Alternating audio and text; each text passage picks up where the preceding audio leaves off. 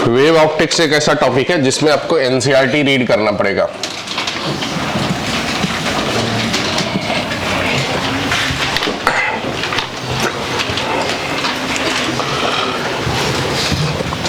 पहली बात इसमें करते हैं हम लोग वेव फ्रंट का।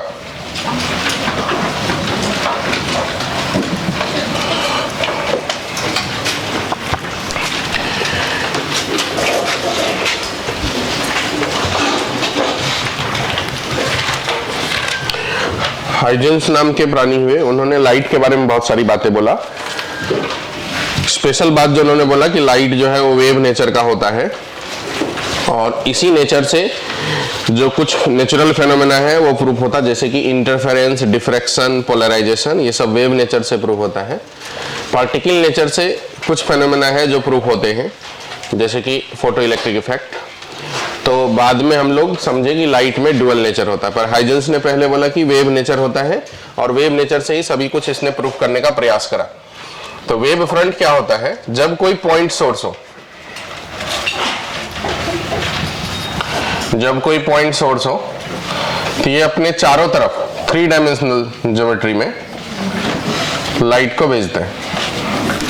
तो यहां से इक्वल डिस्टेंस पे, जैसे कि मान लीजिए r डिस्टेंस पे रहने वाला सभी पॉइंट को अगर कंसीडर कर लें, सभी तरफ r डिस्टेंस पे,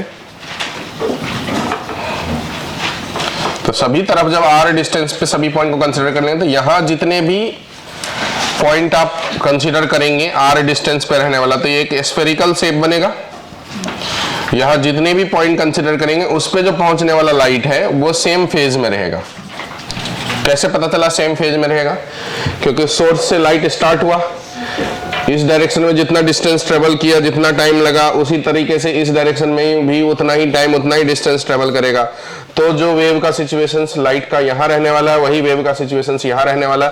मतलब इस पॉइंट पे रहने वाला, इस सरफेस पे रहने वाला सभी पॉइंट पे लाइट जो है वो सेम फेज में रहेगा, मतलब उसके बीच में कोई फेज डिफरेंस नहीं रहेगा। तो ऐसे सिचुएशंस को कहते हैं वेव फ्रंट, इसे कहते हैं वेव फ्रंट। वेव फ्रंट पे रहने वाला हर पॉइंट अपने आप में सेकेंडरी सोर्स है। यहां जो इंसान खड़ा है मान लीजिए, तो वो क्या देख रहा है? वो ये देख रहा है कि लाइट जो है वो यहां से आ रहा है, यहां से आ रहा है, यहां से आ रहा है। उसके पीछे यहां से जो लाइट आ रहा है वो नहीं दिख रहा है, उसके लिए इंस्टेंटली इसी पोजीशन से लग रहा है कि लाइट आ रहा है। इसलिए इस पोजीशन पे रहने वाले सभी पॉइंट उसके लिए एक सोर्स की तरह काम करता है, जिसे हम कहते हैं सेकेंडरी सोर्स। सेकेंडरी क्यों कहते हैं?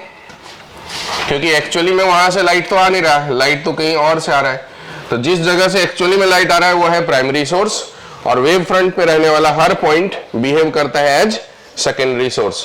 सेकेंडरी सोर्स का कॉन्सेप्ट ऐसा जो हाइजेंस ने बताया कि सेकेंडरी सोर्स से जो लाइट निकलेगा वो आगे की तरफ निकलेगा और पीछे की तरफ नहीं निकलेगा। मतलब पीछे की तरफ की इंटेंसिटी लगभग नहीं के बराबर होने वाला। तो जो भी लाइट रेज होना, क्योंकि अगर पॉइंट की बात करोगे तो ये आगे रेज भेजेगा तो पीछे भी भेजना चाहिए।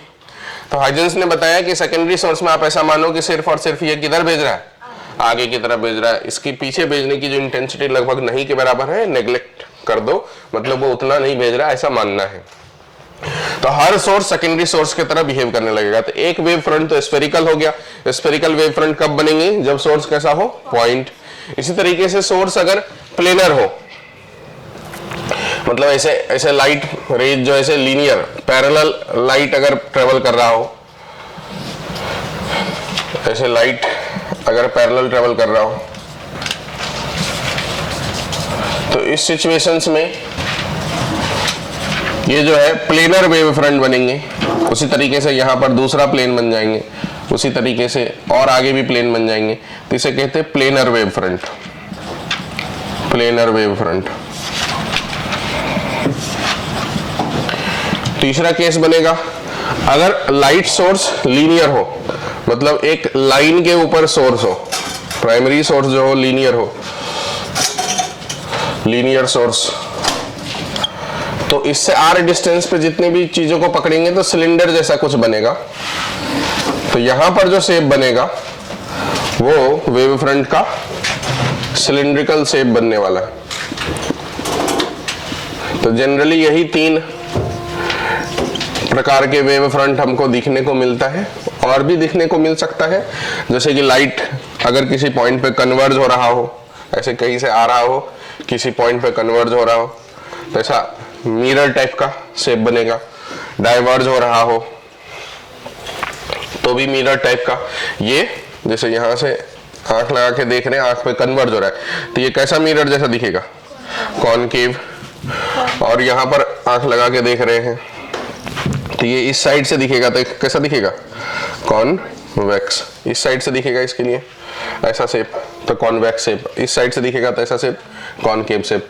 तो ये कुल मिलाकर के ये 5 प्रकार के वेव फ्रंट होते हैं, जिसमें से अपन को 3 ही दिखने को मिलेगा। ये तो बहुत रेयरली शायद कभी दिखे तो दिखे। तो जब पॉइंट सोर्स हो तो अपने चारों तरफ जो लाइट को फैलाते हैं तो इक्वल डिस्टेंस पे रहने वाले सभी पॉइंट को जब कलेक्ट करेंगे तो एक स्फीयर जैसा बनेगा। हाइपोथेटिकल स्फीयर है जिसे हम क्या कहते हैं, वेव फ्रंट। ऐसा हाइजेंस ने एक्चुअली में बताया था। वेव फ्रंट पे रहने वाला हर पॉइंट अपने आप में एक सेकेंडरी सोर्स है। प्राइमरी सोर्स इसलिए नहीं बोल रहे क्योंकि वहां से एक्चुअली में लाइट ओरिजिनेट नहीं हो रहा है, लाइट ओरिजिनेट कहीं से हुआ है, वो पॉइंट उसे आगे की तरफ ट्रांसफर कर रहा है। मतलब वो सिर्फ एक ट्रांसफर मीडियम की तरह काम कर रहा है, कहीं से ले रहा है और आगे की तरफ भेज रहा है। तो इसीलिए उस पॉइंट को बोला गया कि आगे ही भेज रहा है, पीछे एक्चुअली में नहीं भेज रहा है। अगर वो प्राइमरी सोर्स होता तो फिर वो आगे भी भेजता और पीछे भी भेजता, तो इसीलिए उसे कहा जाता है सेकेंडरी सोर्स, क्योंकि वो सिर्फ और सिर्फ आगे भेजता है, पीछे की तरफ नहीं भेजता। मतलब पीछे की तरफ जाने वाले लाइट की इंटेंसिटी लगभग 0 हो जाती है। अगर सोर्स जो हो ऐसा हो कि उससे निकलने वाली लाइट एकदम पैरेलल हो, ऐसा प्लेट टाइप का सोर्स हो, जैसे इधर से भी निकल रहा है, इधर से भी निकल रहा है, इधर से भी निकल रहा है, ऐसा पैरेलल लाइट, तो यहाँ पर फिर प्लेनर जो है वेव फ्रंट बनेंगे। और अगर लीनियर सोर्स हो, एक ऐसा लाइन हो जहां से चारों तरफ ऐसे हर डायरेक्शंस में लाइट निकल रहा हो, तो इसके चारों तरफ जो है सिलिंड्रिकल शेप बनेगा, जो कि वेव फ्रंट हो जाएगा। वहां सिलिंड्रिकल शेप पे रहने वाला हर पॉइंट अपने आप में सेकेंडरी सोर्स की तरह काम करेगा। जो भी वेव फ्रंट होते हैं उस पे रहने वाले हर पॉइंट, एक वेव फ्रंट पे रहने वाले हर पॉइंट के बीच का फेज डिफरेंस 0 या कांस्टेंट बोल सकते हैं अपन। वेव फ्रंट n नंबर मतलब इनफाइनाइट नंबर हो सकते हैं, क्योंकि ये डिस्टेंस जैसे जैसे बदलोगे, ये भी एक वेव फ्रंट हुआ, ये भी एक वेव फ्रंट हुआ, ये भी एक वेव फ्रंट हुआ, ऐसे बहुत सारे वेव फ्रंट बन सकते हैं। Infinite number of wave front possible है। ठीक है, तो थोड़ा सा लिखते हैं कहानी वेव फ्रंट के बारे में। Wave front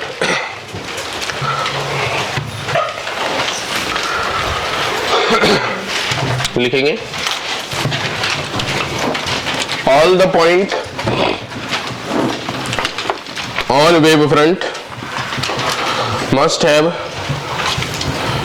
same phase or phase difference constant. Same phase or phase difference constant.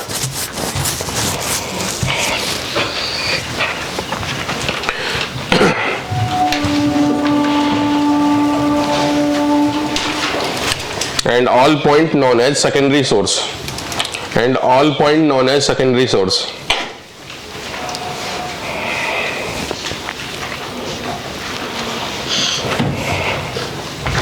All points known as secondary source. ये नीचे डायग्राम सब बना देंगे आप।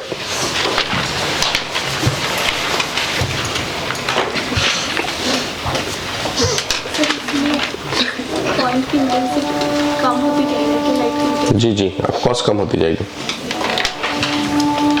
इंटेंसिटी के बारे में पहले ही जानते हैं, I inversely proportional to d का स्क्वायर। जैसे जैसे आगे जाएंगे वैसे वैसे इंटेंसिटी कम होती जाएगी।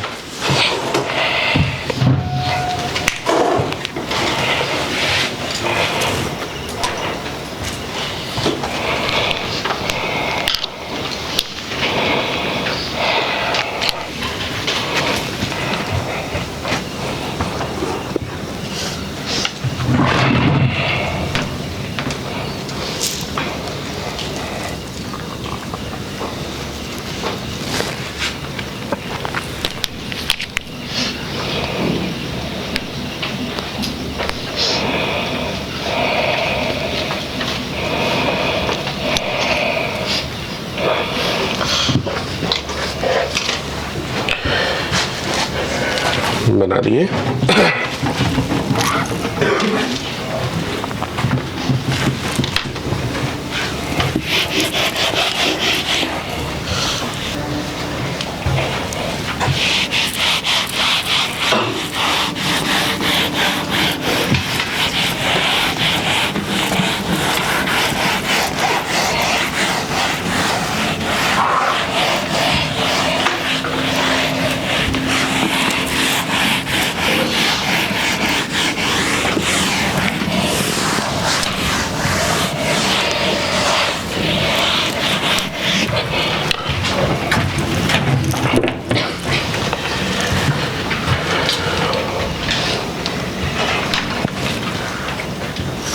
हो गया।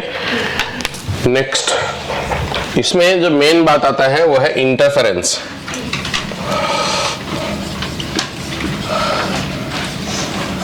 YDAC, डिफ्रैक्शन और पोलराइजेशन, ये तीन जगह से सवाल आते हैं जिसमें YDAC सबसे ज्यादा पूछा जाता है। पहले इंटरफेरेंस की बात करते हैं। जब कहीं पर दो लाइट वेव एक पॉइंट पे आएगा तो उसे सुपरपोजिशन कहते हैं। पहले भी बात कर चुके थे। y1 मान लीजिए a1 sign omega t minus kx1 और y2 is equal to a2 sine omega t minus kx2, ऐसा हो जाए। तो इस सिचुएशंस में जब दोनों आएंगे तो पहले का एम्पलीट्यूड a1 है, दूसरे का एम्पलीट्यूड a2 है। पहले की इंटेंसिटी को मैं पकड़ता हूँ I1, दूसरे की इंटेंसिटी को पकड़ता हूँ I2। तो I1 inversely directly proportional to a1 का square, I2 directly proportional to a2 का स्क्वायर। इसके बीच में जो फेज डिफरेंस होंगे डेल्टा फाई, जिसे बाद में चल के सिर्फ फाई लिख देंगे, वो हो जाएगा इसके एंगल के बीच का difference omega t minus k x one omega t minus k x two. तो यहाँ से के ओमेगा टी तो सेम ही है तो जीरो हो जाएंगे। K x one k x two में से के कॉमन ले लेंगे, ये हो जाएंगे x two minus x one. इस x two minus x one को पाथ डिफरेंस कहा जाता है। मतलब जो फेज डिफरेंस है फाई इक्वल टू हो जाएगा के इंटू पाथ डिफरेंस। ये एक रिलेशन बार बार यूज होने वाला है, जहां पर के का मतलब 2 pi by lambda into delta x. 2 pi by lambda को वेव कांस्टेंट कहते हैं। जो के है ये 2 पाई बाय लैम्डा, इसे कहा जाता है वेव कांस्टेंट, वेव कांस्टेंट कहा जाएगा। अब जब इंटरफेरेंस करेगा तो जो रिजल्टेंट एम्पलीट्यूड होगा उसका फॉर्मूला हम लोग बार बार यूज करते हैं। a1 square plus a2 square plus 2a1 a2 cos phi. और जो इंटेंसिटी है उसका फॉर्मूला यूज करते हैं I net equal to I1 plus I2 plus 2I1 I2 cos phi.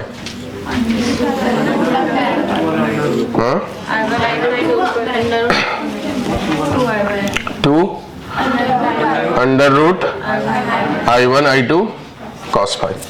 ठीक है, ये हुआ फॉर्मूला हमारा नेट इंटेंसिटी का।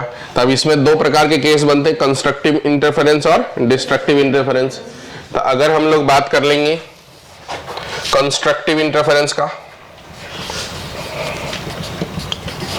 कंस्ट्रक्टिव का मतलब मैक्सिमा और डिस्ट्रक्टिव का मतलब मिनिमा। डिस्ट्रक्टिव का मतलब मिनिमा। तो कंस्ट्रक्टिव मतलब मैक्सिमा, तो एम्पलीट्यूड मैक्सिमम तब होगा जब cos फाई की वैल्यू मैक्सिमम होगी, मतलब 1 होगी। तो cos फाई की वैल्यू 1 हो जाएगा। तो cos फाई की वैल्यू 1 तब होगा जब फाई की वैल्यू या तो 0 हो या 360 डिग्री हो या 720 डिग्री हो। तो इसे लिखते हैं हम लोग 2n पाई। 2n पाई, n की वैल्यू 0 हो सकती, 1 हो सकती, 2 हो सकती। n की वैल्यू 0 1 2 3 ऐसा हो सकता है। तो अगर 2n पाई होगा तो फाई उस कंडीशन से मैक्सिमा होगा, और अगर 2n पाई होगा तो 2 pi by lambda into delta x, इसे ही लिखेंगे 2 pi by lambda into delta x. यहाँ से 2 और पाई कैंसिल हो जाएगा, लैम्डा जाके मल्टीप्लाई हो जाएगा, तो पाथ डिफरेंस जो हो जाएगा वो हो जाएगा n लैम्डा। मतलब मैक्सिमा जो होने वाला है वो 0 पे होने वाला है, लैम्डा पे होने वाला है, 2 लैम्डा पे होने वाला है, 3 लैम्डा पे होने वाला है, ऐसा प्रकार से ये सब पोजीशन पे मैक्सिमा होने वाला है। जब मैक्सिमा होगा तब जो एम्पलीट्यूड होगी वो a मैक्स की वैल्यू a1 प्लस a2, तब जो I मैक्स होगा root I1 plus root I2 का होल स्क्वायर। अगर a1 इक्वल टू a2 हो जाए, इसे हम a ले ले, और I1 इक्वल टू I2 हो जाए, उसे मैं I नॉट ले लूं, तो उस केस में जो I मैक्स की वैल्यू होगी वो आपको ध्यान रखना है कितना हो जाएगा 4I नॉट बराबर, ये मैक्सिमम वैल्यू। और नॉर्मल फॉर्मूला जो लगेगा I के लिए नेट वो लगेगा 4I cos स्क्वायर 5/2। ये सब बात पहले पढ़ चुके हैं। ये हुआ कंस्ट्रक्टिव इंटरफेरेंस का। डिस्ट्रक्टिव इंटरफेरेंस में आएंगे तो cos फाई की वैल्यू मिनिमम मतलब -1 हो जाएगा 180 डिग्री के मल्टीपल में। इसका मतलब जो है फाई है फेज डिफरेंस वो हो जाएगा 2n + 1 पाई। ठीक है, 2n + 1 करें तो n की काउंटिंग 0 से शुरुआत करेंगे। अगर 2n - 1 रहेगा तो n की काउंटिंग ये 2n - 1 भी अपन को दिख सकता है 2n - 1 पाई। अगर ये दिखा तो n की काउंटिंग 1 से शुरुआत करेंगे और 2n + 1 है तो n की काउंटिंग 0 से शुरुआत करेंगे। ठीक है, तो ऐसे केस में फिर इसे हम लोग 2 π/λ इंटू Δx करेंगे। पाई कैंसिल हो जाएगा, लैम्डा जाके मल्टीप्लाई हो जाएगा, 2 से डिवाइड हो जाएगा। तो Δx पाथ डिफरेंस के लिए कंडीशन आ गया 2n + 1 λ/2। इसका मतलब जो मिनिमा हो रहा है वो कहाँ बनेगा, n की जगह 0 रखेंगे तो λ/2 पे बनेगा, फिर 3 λ/2 पे बनेगा, फिर 5 λ/2 पे बनेगा एंड सो ऑन। ये सब जगह मिनिमा बनेगा। तो ये हुआ इंटरफेरेंस का कहानी। ठीक है, अब इसी के बेसिस पे YDSE होने वाला है, यंग्स डबल स्लिट एक्सपेरिमेंट। तो यंग्स डबल स्लिट एक्सपेरिमेंट जो है वो होता है मोनोक्रोमेटिक कोहेरेंट सोर्स के लिए। तो कोहेरेंट सोर्स क्या हुआ, पहले तो ये बताओ आप लोग, कोहेरेंट सोर्स मतलब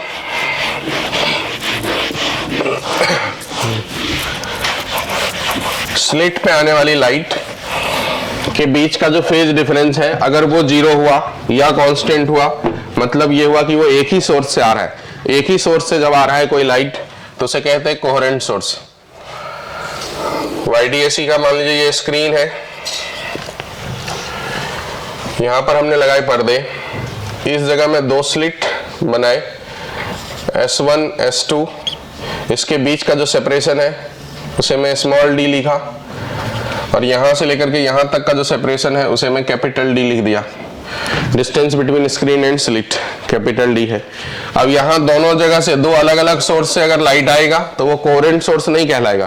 कोहेरेंट सोर्स कहने का मतलब एक ही सोर्स से निकलने वाला लाइट यहां पहुंचे और यहां पहुंचे, सेम सोर्स से निकलने वाला लाइट, फेज डिफरेंस जितना ये पाथ है वही पाथ यहां पर हो तो फेज डिफरेंस मतलब पाथ डिफरेंस 0 हो जाए, पाथ डिफरेंस 0 हो जाए तो फेज डिफरेंस कांस्टेंट हो जाएगी। तो ऐसे सिचुएशंस को कहते हैं कोहेरेंट सोर्स। और अगर उसका लाइट का वेवलेंथ सेम हो तो उसे कहते हैं मोनोक्रोमेटिक। तो यहां पर जो निकलने वाला लाइट है सोर्स ये कैसा होना चाहिए, कोहेरेंट एंड मोनोक्रोमेटिक।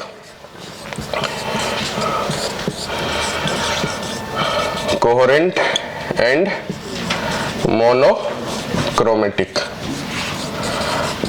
मोनोक्रोमेटिक का मतलब लैम्डा सेम, लेजर बीम लग जैसा। कोहेरेंट सोर्स का मतलब सेम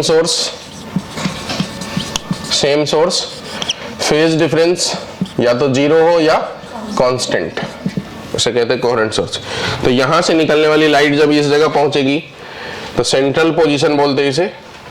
इस जगह दोनों का पाथ सेम होता है तो इस जगह में ब्राइट स्पॉट बनेगा, इसे कहते हैं सेंट्रल मैक्सिमा। Central maxima.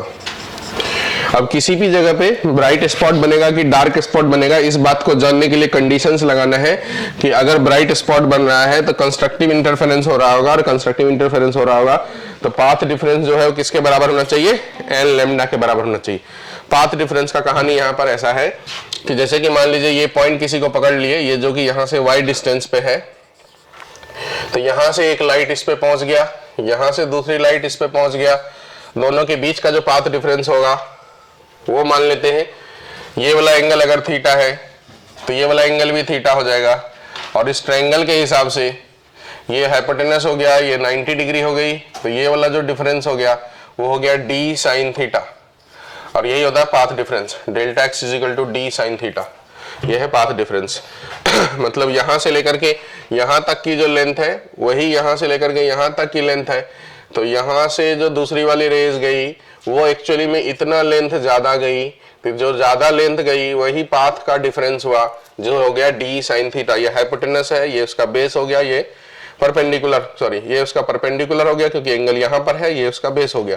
तो d का ये cos थीटा कंपोनेंट हो जाएगा, d का ये sin थीटा कंपोनेंट हो जाएगा, d sin थीटा को मैंने बोला पाथ डिफरेंस डेल्टा x। ठीक है, अब ये पॉइंट ब्राइट स्पॉट बनेगा अगर डी साइन थीटा मतलब डेल्टा एक्स की वैल्यू एल लैम्डा के बराबर हो जाए, और यही पॉइंट डार्क स्पॉट बनेगा अगर D sine theta delta x की वैल्यू 2n+1 लैम्डा बाय 2 हो जाए। तो वो पॉइंट जो है वो मैक्सिमा होगा या मिनिमा होगा, ये डिपेंड करेगा कि डी साइन थीटा की वैल्यू क्या हो रही है।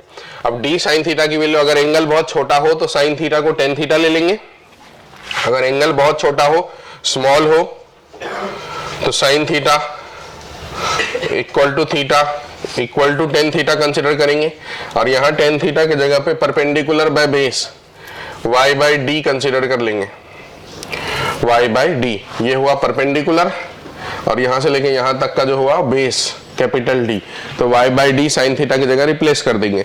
इसका मतलब हमारे लिए कंडीशंस आ गया क्या, d साइन थीटा की जगह y by capital D equal to delta x। यहां से आपको उनको y निकालना है तो y इक्वल टू हो गया capital D by small d into delta x। अब मैक्सिमा अगर है ये पॉइंट अगर ब्राइट स्पॉट है, for maxima y equal to d by d delta x की जगह पे क्या होना चाहिए, एल लैम्डा। तो ये ब्राइट स्पॉट के लिए कहानी हो गया, और डार्क स्पॉट के लिए फॉर मिनिमा यही कहानी हो जाएगी, y equal to d by d into 2n+1 lambda by 2। इसका मतलब मैक्सिमा कहाँ कहाँ बना, तो अगर n की जगह 0 रखेंगे तो 0 पे बना, फिर n की जगह 1 रखेंगे तो कहाँ बना, lambda capital D by small d पे, फिर n की जगह 2 रखेंगे तो कहाँ बना, 2 lambda capital D by small d, फिर इसी तरीके से 3 lambda capital D by small d। ये सब ब्राइट स्पॉट है, ये सब मैक्सिमा वाला लोकेशन है, ब्राइट स्पॉट है। डार्क स्पॉट कहाँ बनेगा, n की जगह 0 रखेंगे तो ये हो जाएगा लैम्डा d बाय 2d, फिर उसी तरीके से 3 लैम्डा d बाय 2d, फिर 5 लैम्डा d बाय 2d। ये सब सिचुएशंस हुआ किसका, डार्क स्पॉट का, डार्क स्पॉट का। तो ये सब जगह मिनिमा बनेगा, ये सब जगह मैक्सिमा बनेगा। तो अगर इस डायग्राम को मैं फिर से यहां बना के दिखाऊं आपको, इतनी बातें अगर आप ध्यान नहीं रखना चाहते तो ऐसे ध्यान रख सकते हैं, ये स्लिट S1 ये स्लिट S2, इस दोनों के बीच का डिस्टेंस D, इसके बीच का डिस्टेंस कैपिटल D, यहां पर बनेगा ब्राइट स्पॉट, फिर यहां बनेगा डार्क, फिर ब्राइट, फिर डार्क, ऐसे चलता रहेगा, फिर ऐसे ब्राइट, ऐसे ऊपर की तरफ, नीचे भी ऐसे डार्क, फिर ब्राइट, फिर डार्क, फिर ब्राइट, ऐसा चलता रहेगा। तो अब ये सब लोकेशंस क्या है आपको ध्यान रखना है। तो ये वाला लोकेशंस पे 0, y की जगह पे 0, ये डार्क स्पॉट है, तो डार्क स्पॉट मतलब ये lambda capital D bye 2d, फिर ब्राइट स्पॉट का मतलब lambda capital D by d, फिर डार्क स्पॉट का मतलब 3 lambda capital D bye 2d, फिर ब्राइट स्पॉट का मतलब 2 लैम्डा d बाय d, ऐसे ऊपर की तरफ बनेगा। यही चीज माइनस में इधर लिखते जाएंगे, तो lambda capital D bye 2d, फिर ये lambda capital D by d, फिर ये 3 lambda capital D bye 2d, फिर ये 2 lambda capital D by d, इसी प्रकार से चलता रहेगा। अब दो ब्राइट स्पॉट के बीच का जो डिस्टेंस होता है उसे कहते हैं फ्रिंज विड्थ। तो दो ब्राइट स्पॉट या दो डार्क स्पॉट के बीच का जो डिस्टेंस है, मतलब डार्क के बीच का डिस्टेंस आप निकाल लो, या फिर दो ब्राइट के बीच का डिस्टेंस निकाल लो, ये ब्राइट और ये ब्राइट के बीच का डिस्टेंस निकाल लो, इसे कहते हैं फ्रिंज विड्थ। फ्रिंज विड्थ इसको बीटा से डिनोट करते हैं। अगर आप देखोगे ध्यान से तो यहाँ 0 है, यहाँ लैम्डा d बाई डी है, तो डिफरेंस कितने का हो गया, लैम्डा d बाई डी का। तो ब्राइट के बीच का भी इतना ही डिस्टेंस है, डार्क के बीच का भी इतना ही डिस्टेंस है, इसे कहते हैं कौन सा विड्थ, फ्रिंज विड्थ। ठीक है, अब इसी में एक टर्म होता है उसे कहते हैं एंगुलर फ्रिंज विड्थ। तो एंगुलर फ्रिंज विड्थ कहने का मतलब एंगल कितना बनाया। तो ये वाला जो ब्राइट स्पॉट है दो डार्क के बीच में, इसने जितना एंगल यहाँ पर बनाया इसे कहते हैं एंगुलर फ्रिंज विड्थ। ये है एंगुलर फ्रिंज। तो एंगुलर फ्रिंज थीटा, तो थीटा इज इक्वल टू क्या हो जाएगा, theta equal to l by r. L के बारे में पता है, इतना है, ठीक है, एल बाय आर के बारे में डी पता है, तो ये जो थीटा हो जाएगा वो बीटा बाय डी। तो बीटा में डी, कैपिटल डी से डिवाइड करेंगे, तो बीटा में कैपिटल डी से डिवाइड करेंगे तो क्या हो जाएगा, lambda D by small d. तो लैम्डा बाय स्मॉल डी, ये हो गया एंगुलर फ्रिंज विड्थ, ये हो गया एंगुलर फ्रिंज विड्थ, और ये हो गया नॉर्मल लीनियर फ्रिंज विड्थ। क्या ये बात समझ गया? अब इसमें अच्छा पहले इतनी बातें लिखो।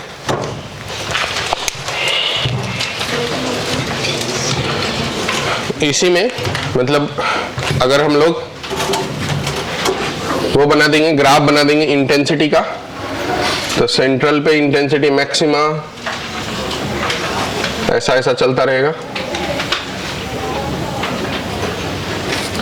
तो जहां जहां ये पोजीशन है वो डार्क है, जहां जहां ये पोजीशन है वो ब्राइट है, ये डार्क है ये ब्राइट है, ऐसे ये डार्क है ये ब्राइट है, फिर ये डार्क है ये ब्राइट है।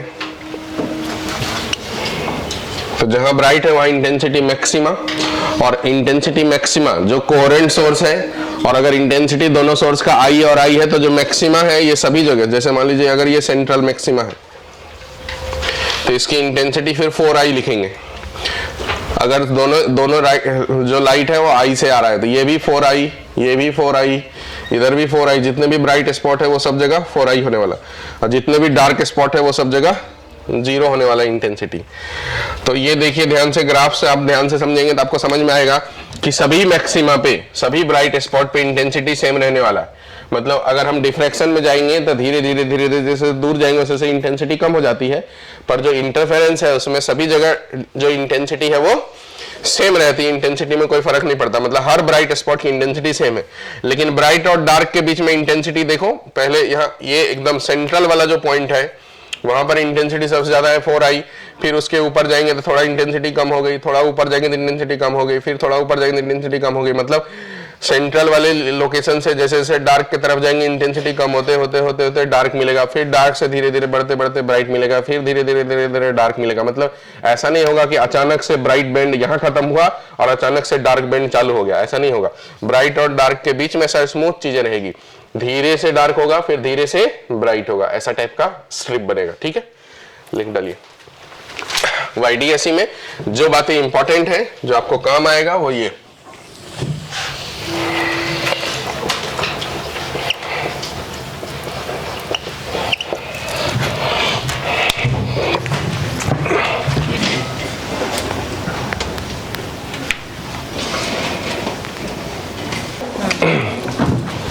अब इसमें ऐसा है कि अगर इसके बीच का मीडियम एयर के जगह कोई आ जाए जिसकी रिफ्रैक्टिव इंडेक्स म्यू होगा, तो रिफ्रैक्टिव इंडेक्स बदलने से लैम्डा बदल जाता है। लैम्डा जो है जैसे म्यू आ जाएगा तो लैम्डा बाय म्यू हो जाएगा नया वाला, तो लैम्डा अगर बदल जाएगा तो ये जो फ्रिंज विड्थ है वो बदल जाएगा, लैम्डा बाय म्यू मतलब बीटा बाय म्यू हो जाएगा नया वाला फ्रिंज विड्थ। और एंगुलर फ्रिंज विड्थ जो हो जाएगा वो लैम्डा बाय म्यू मतलब पहले वाला थीटा बाय म्यू हो जाएगा। तो एक पॉइंट बना के लिखेंगे, if the medium between screen and slit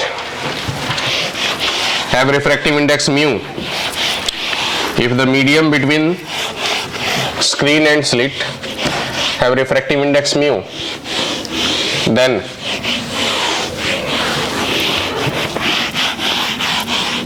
new fringe width नीचे लिख देंगे ऐसा, beta dash equal to beta by mu, lambda capital D by mu d ऐसा, और angular fringe width theta dash is equal to theta by mu.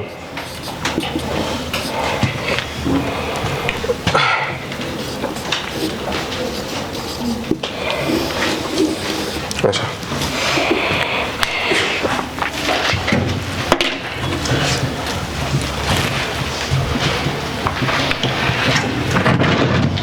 ये बात लिख दी। अगला पॉइंट, अगर मान लीजिए किसी भी पाथ में कोई स्लैब डाल दिया गया जिसका रिफ्रैक्टिव इंडेक्स म्यू है, जैसे कि ये स्क्रीन है, यहां सोर्स है 2,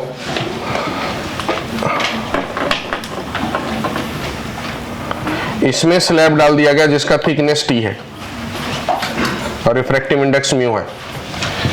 तो ऐसा डालने से पूरा का पूरा जो पैटर्न है वो शिफ्ट हो जाता है।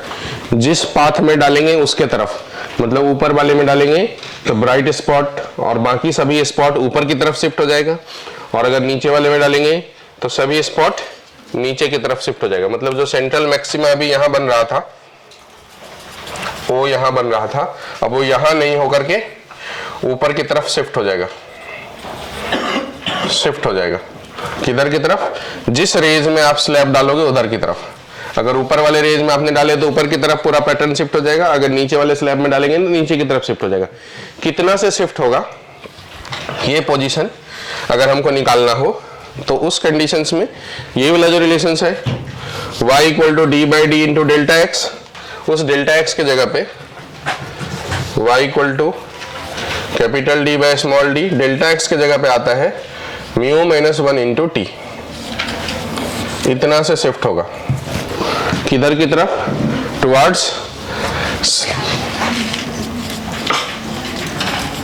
Slab path.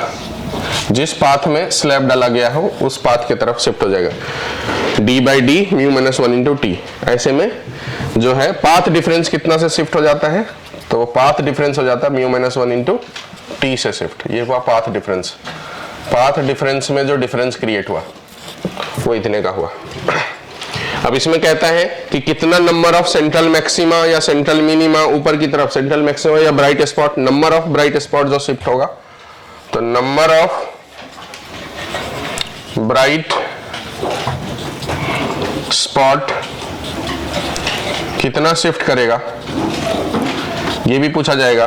तो एक ब्राइट स्पॉट की जो विड्थ है बीटा, उससे डिवाइड कर देंगे। तो बीटा से डिवाइड करेंगे तो बीटा से डिवाइड करेंगे तो बीटा की वैल्यू कितनी है? देखो lambda capital D by small D.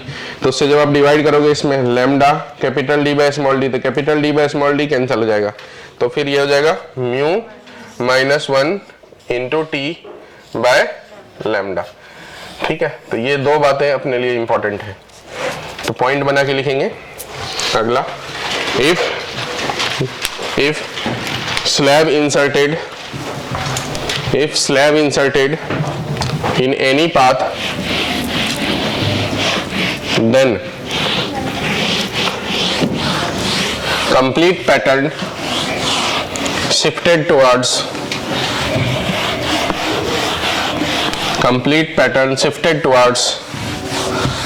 the path in which slab present।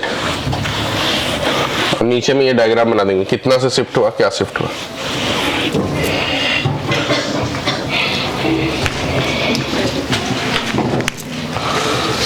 ये भी इंपॉर्टेंट है और ये भी इंपॉर्टेंट है, कितना नंबर्स।